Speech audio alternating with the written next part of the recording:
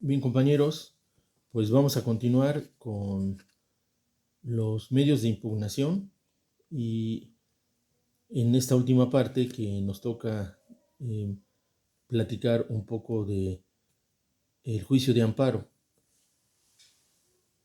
Como en la mayoría de los temas, indudablemente en este, también ustedes lo que vean en teoría del proceso es algo superficial, porque recuerden que nosotros vemos los aspectos que resultan generales en las distintas ramas del proceso. Y particularmente en el juicio de amparo, ustedes van a llevar un curso específico o dos cursos. Además, se van a complementar con lo que vean en derecho constitucional, o sea que van a tener una mucha mayor información en materia del juicio de amparo.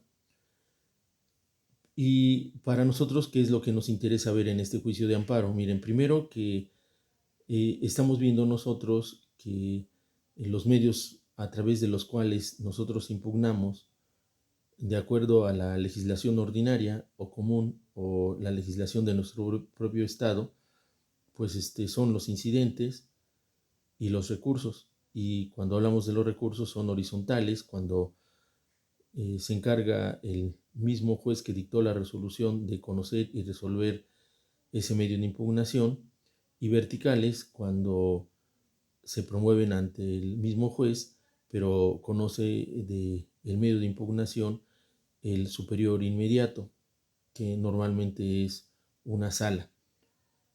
Bueno, nosotros hoy vamos a ver el juicio de amparo, pero el juicio de amparo ya se encuentra en el ámbito de la justicia federal.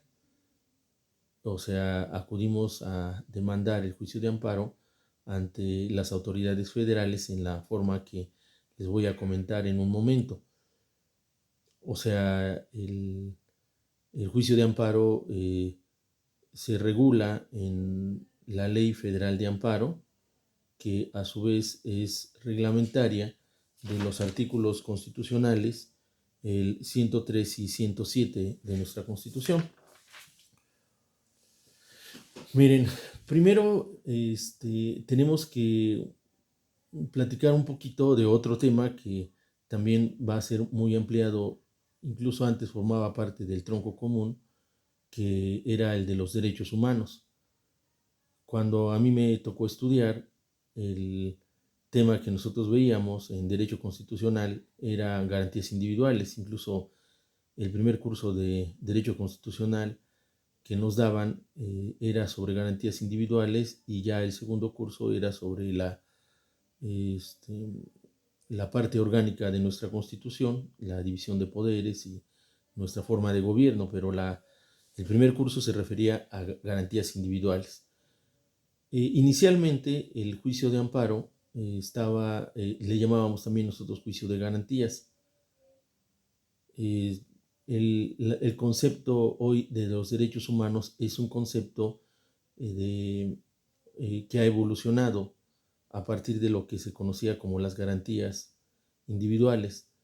¿Y desde qué óptica se ve? Miren, primero que las garantías era un conjunto de derechos que vienen desde luego consagrados en nuestra Constitución en orden de importancia.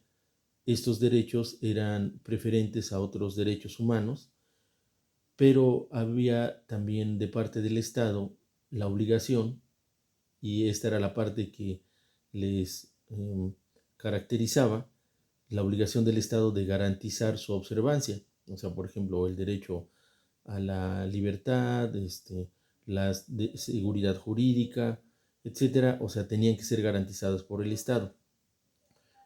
El concepto de los derechos humanos es más amplio todavía y tiene que ver con todos los derechos que son inherentes a todos los seres humanos, sin distinción de su nacionalidad, de su raza, de sus preferencias sexuales, de su edad.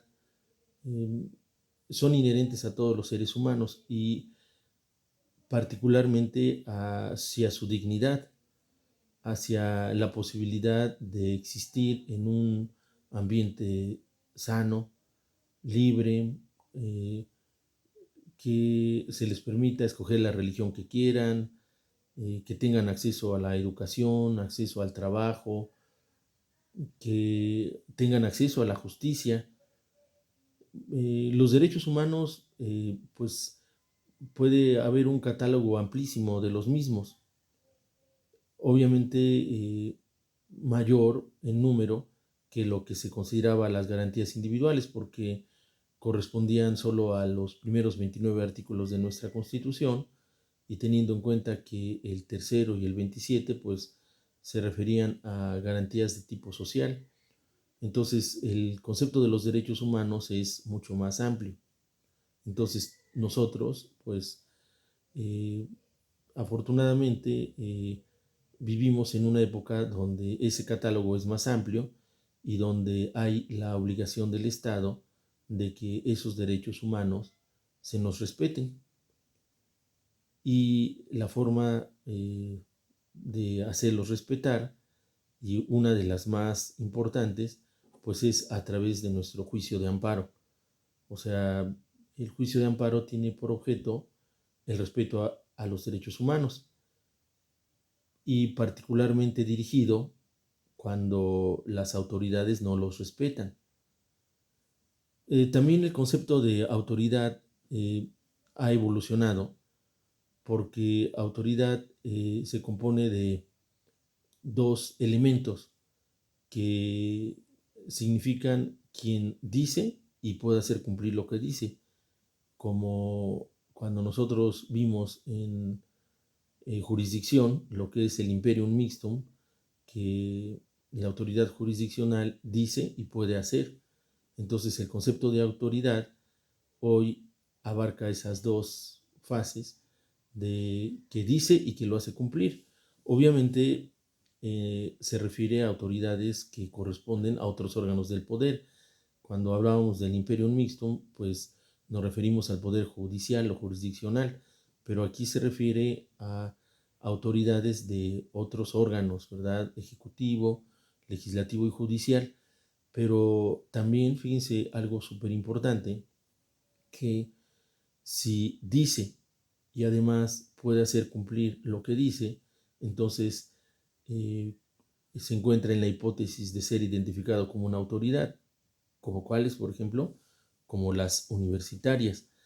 Nuestra propia universidad, en muchos casos, dice y además tiene la facultad de hacer cumplir lo que dice. Entonces, quiere decir en este caso que nosotros pudiéramos promover nuestro juicio de amparo porque se encuentra en esa hipótesis de decir y poder hacer cumplir lo que dice. Bueno, acá miren, básicamente hay dos tipos de amparos: el amparo indirecto y el amparo directo. El amparo directo procede contra las sentencias definitivas y el amparo indirecto procede contra cualquier otro acto de autoridad. Si nosotros pues recordamos, nuestra instancia se inicia con una demanda y termina con una sentencia. Si nosotros estamos inconformes con la sentencia, pues nos vamos a nuestro recurso vertical, que normalmente es la apelación. Esto da origen a la segunda instancia. Bueno, quiere decir que después de la segunda instancia nosotros podemos interponer nuestro juicio de amparo directo. Y desde la clase anterior y también alguna otra ocasión les he comentado que nosotros no debemos confundir el juicio de amparo directo con una tercera instancia. ¿Por qué? Porque fíjense, en la primera instancia el conflicto de intereses, el litigio, se da entre el actor y el demandado. Uno dice una cosa, otro dice otra cosa, uno y otro presenta sus pruebas y el juez resuelve. El juez de primera instancia le da la razón a uno o a otro. Cuando nosotros promovemos nuestro recurso vertical, que les repito, normalmente y específicamente en materia procesal civil es la apelación, pues nosotros estamos impugnando esa resolución porque consideramos que se omitieron, que se aplicaron mal las disposiciones legales. O sea, estamos nosotros combatiendo la resolución a través del medio que la ley establece. Bueno, pero puede ser que la sentencia que se dicte en ese recurso tampoco nos favorezca. Entonces nosotros nos vamos a ir al juicio de amparo. Pero en el juicio de amparo, ¿qué vamos a hacer valer nosotros? O sea, ya no es tanto el pleito con la otra persona, ni prácticamente con el juez de la primera instancia, sino hay una resolución de la autoridad de segunda instancia que confirmó la resolución de la autoridad de la primera instancia.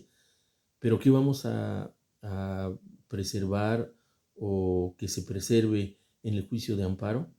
Pues nuestros derechos humanos.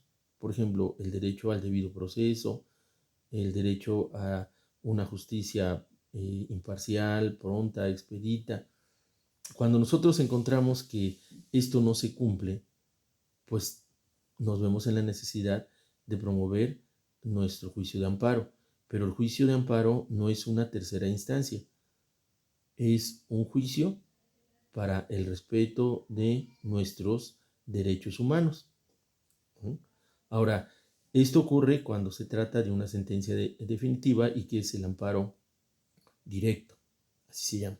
Ahora, el amparo indirecto procede contra cualquier acto de autoridad que también vulnere nuestros derechos humanos, y este acto de autoridad puede ocurrir dentro de un juicio antes de que se dicte la sentencia, o puede ocurrir fuera de un juicio y ser llevado a cabo por una autoridad que no sea jurisdiccional, a lo mejor una autoridad administrativa, una autoridad universitaria, una autoridad del Poder Legislativo.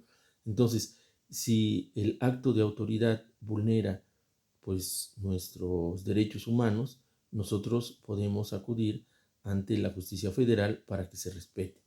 Ahora, básicamente, el amparo directo es conocido y se tramita ante los tribunales colegiados de circuito, y el amparo indirecto se tramita ante los jueces de distrito. Ustedes más adelante van a conocer pues a detalle cuál es la competencia de uno, cuál es la competencia de otro, incluso la competencia en asuntos específicos de las salas de la Suprema Corte de Justicia de la Nación.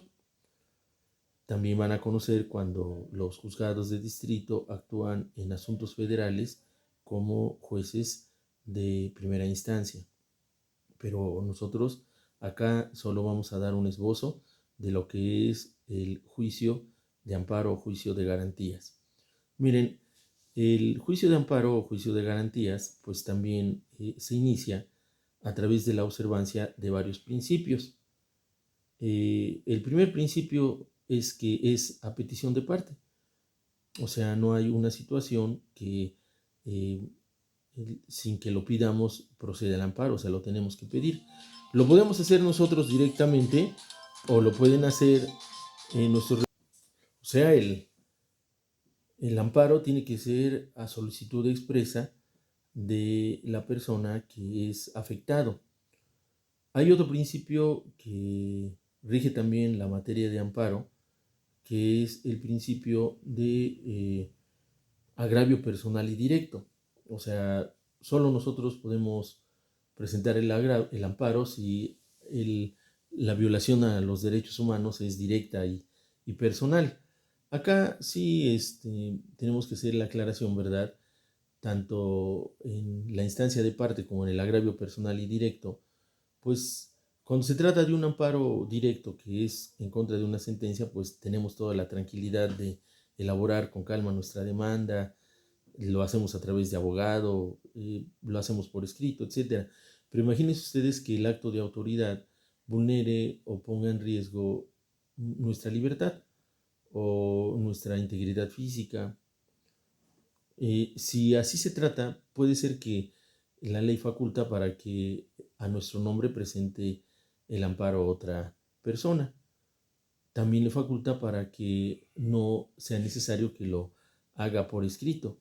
Pues a lo mejor los casos de urgencia, pues ahí los juzgados federales tendrían que darles alguna otra forma, no se diga solamente oral, ¿verdad? Que por comparecencia eh, puede darles otras opciones. Ellos ya están en el uso de las herramientas tecnológicas, incluso todas sus notificaciones son a través de medios electrónicos, entonces, pues de acuerdo a la urgencia, les va a dar la oportunidad de presentarlos en otra forma. Entonces, el agravio tiene que ser personal y directo.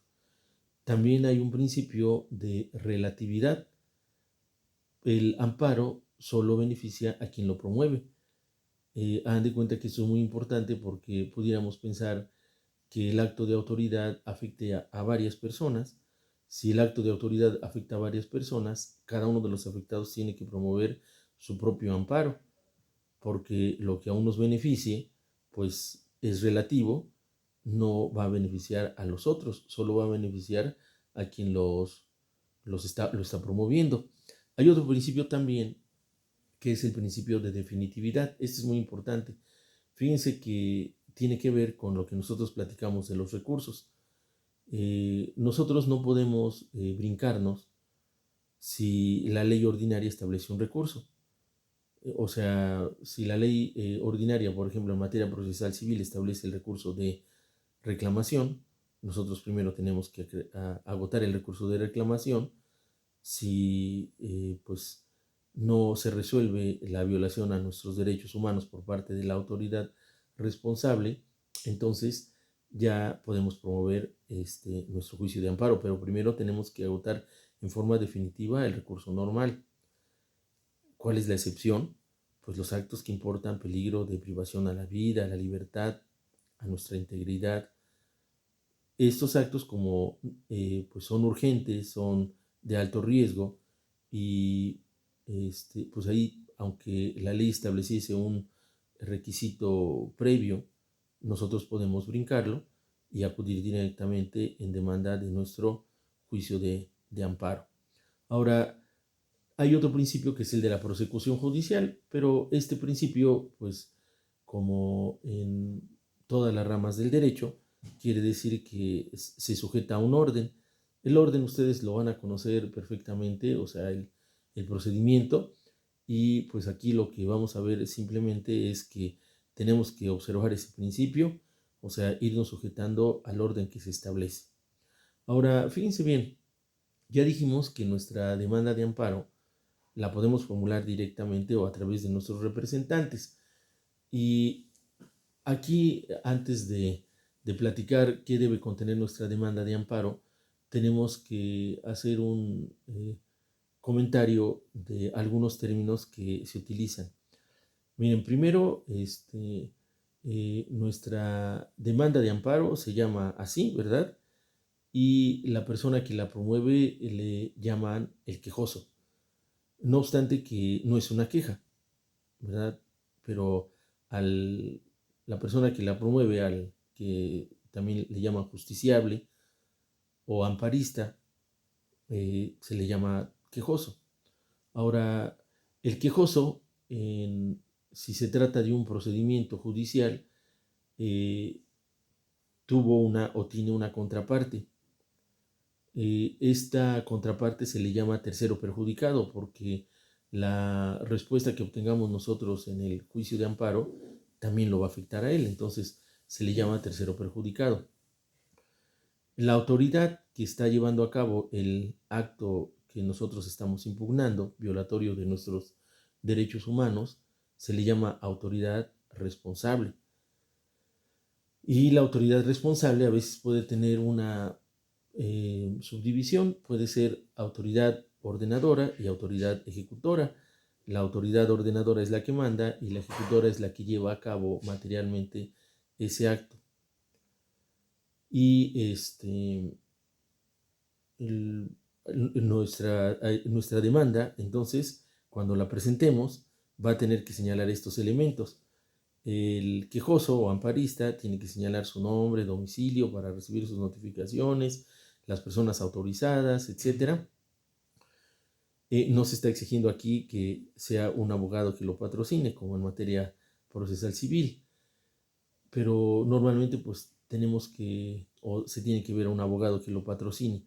Se tiene que decir el nombre y domicilio del tercero perjudicado, señalar las, la o las autoridades responsables, ordenadoras o ejecutoras, señalar el acto reclamado. El acto reclamado es la, pues, la omisión o mala aplicación de la ley o de lo que nos estamos doliendo nosotros. Entonces, tenemos que señalar bien, tenemos que señalar las disposiciones legales y, como en los recursos, también el concepto de las disposiciones legales violadas. Y fíjense bien, pues si es contra una sentencia definitiva o es contra un acto que nos permita la elaboración de nuestra demanda de amparo por escrito, debemos nosotros acompañar nuestras copias para todos los involucrados. Eh, Acompañamos una copia para cada una de las autoridades responsables, una copia para el tercero perjudicado. Y aquí hay otro término que es muy importante, como en los recursos. En el amparo también lo que nosotros pretendemos es la modificación, revocación del el acto de autoridad, pero también inicialmente podemos buscar que ese acto de autoridad se suspenda. Esa suspensión se tramita dentro de la propia sustanciación de nuestro juicio de garantías en forma incidental, y en ese caso, si pedimos la suspensión, tenemos que acompañar dos copias también para el incidente de suspensión. Curiosamente, aquí, si tramitamos el incidente de suspensión y ustedes llegan a preguntar, pues les van a dar informes y también se los van a dar vía electrónica, pero el incidente de suspensión se tramita en un expediente de color rosa, ¿verdad? Si ustedes dicen el rosa, pues ya saben que se refieren al de suspensión. Y en un expediente de color verde, si se refieren al expediente principal. Entonces nosotros, fíjense bien, si se trata de un acto de autoridad distinto a una sentencia, podemos acudir directamente ante el juez de distrito, que es el que conoce, y presentar nuestro escrito de amparo. Y si se trata de una sentencia, el escrito de amparo lo vamos a presentar ante el propio juez que dictó la resolución. ¿Por qué? Porque en ese caso el amparo va a proceder con suspensión del procedimiento, lo presentamos ante el juez, normalmente lo acompañamos un escrito donde solo hacemos la presentación y por separado acompañamos la demanda de amparo y las copias que les estoy comentando para el traslado. Hay la autoridad ante la que presentamos no tiene facultades para desechar nuestra demanda de amparo, aunque se aprecie que nosotros hayamos cometido alguna falta, o sea, no acompañamos las copias suficientes o algo. Él no puede, como en materia del fuero común, calificar el grado, o sea, tiene que recibirla, pero no admitirla. La recibe y lo único que hace es que la remite al tribunal colegiado que corresponda. El tribunal colegiado que corresponda pues va a admitirla, desecharla o a lo mejor sobreseerla si ve que el sobreseimiento pues es una manera de concluir la tramitación porque no cumplimos con alguno de los requisitos o porque no hay materia del juicio de amparo, o sea, no se entra en el fondo del estudio del amparo. Entonces, si nosotros promovemos el amparo directo, lo tenemos que hacer por conducto de la autoridad que dictó la sentencia, y si promovemos el amparo indirecto, lo hacemos por conducto directamente del juez de distrito. Si en uno o en otro nosotros pedimos la suspensión, se va a llevar a cabo una audiencia incidental y para efectos de la audiencia incidental, la autoridad federal le va a pedir informes a las autoridades responsables que se llaman informes previos. O sea, ahí es donde hace correr informe previo y para efectos solo de saber si suspende o no. Acá, miren, cuando no se afecta el interés público, normalmente se suspende y sin necesidad de dar fianza, ¿verdad? Pero a veces nos piden que para que proceda la suspensión se dé fianza, pues ya se otorga la fianza y se concede la suspensión, pero aún no se ha entrado al fondo del asunto. ¿Qué ocurre para entrar al fondo del asunto? Pues se lleva a cabo lo que se conoce como audiencia constitucional. Después de la audiencia incidental, hoy pues con el problema de la pandemia, no trabaja todo el personal de los juzgados federales y todas las citas y todo, digo, todas las pues, audiencias y todo son por cita y no se obtiene pues con la velocidad que nosotros quisiéramos. Pero primero, si pedimos la suspensión, es lo que se lleva a cabo y después ya se lleva a cabo lo que se llama la audiencia constitucional. En la audiencia constitucional, las autoridades responsables tienen que dar lo que se conoce como el informe justificado. O sea, tienen que decir qué hicieron, si es cierto o no el acto reclamado y por qué lo hicieron. Y con nuestra demanda de amparo, con lo que informó la autoridad responsable, pues ya la autoridad federal va a resolver. Si se trata del juez de distrito, pues es una sola persona, ¿verdad? O sea, él es una autoridad uninstancial. Si nosotros estuviésemos, resuelve, nos concede el amparo, lo niega, concede en parte, a veces pueden, ¿verdad? Hipotéticamente darse hasta que en un mismo amparo una parte respecto de un acto nos lo concedan, respecto de otro nos lo nieguen y respecto de otro hasta se sobresea, ¿verdad? Pero lo normal es que pues sea un solo acto el que estemos impugnando y nos lo conceden, nos lo niegan, nos lo sobreseen. Si estuviésemos inconformes con la resolución del juez de distrito en un amparo indirecto, nosotros nos podemos ir al recurso de revisión. Y en tratándose de nuestro juicio de amparo directo, quien va a resolver es una autoridad colegiada. Y ocurre lo mismo que en el recurso de apelación que comentamos nosotros. Hay un magistrado del colegiado que es el ponente, lo pone a consideración de los demás lo aprueban y puede ser aprobado por unanimidad o mayoría. La persona que no esté de acuerdo, si da su voto en contra, tiene que ser un voto razonado. Y acuérdense ustedes, aquí lo malo, ¿verdad?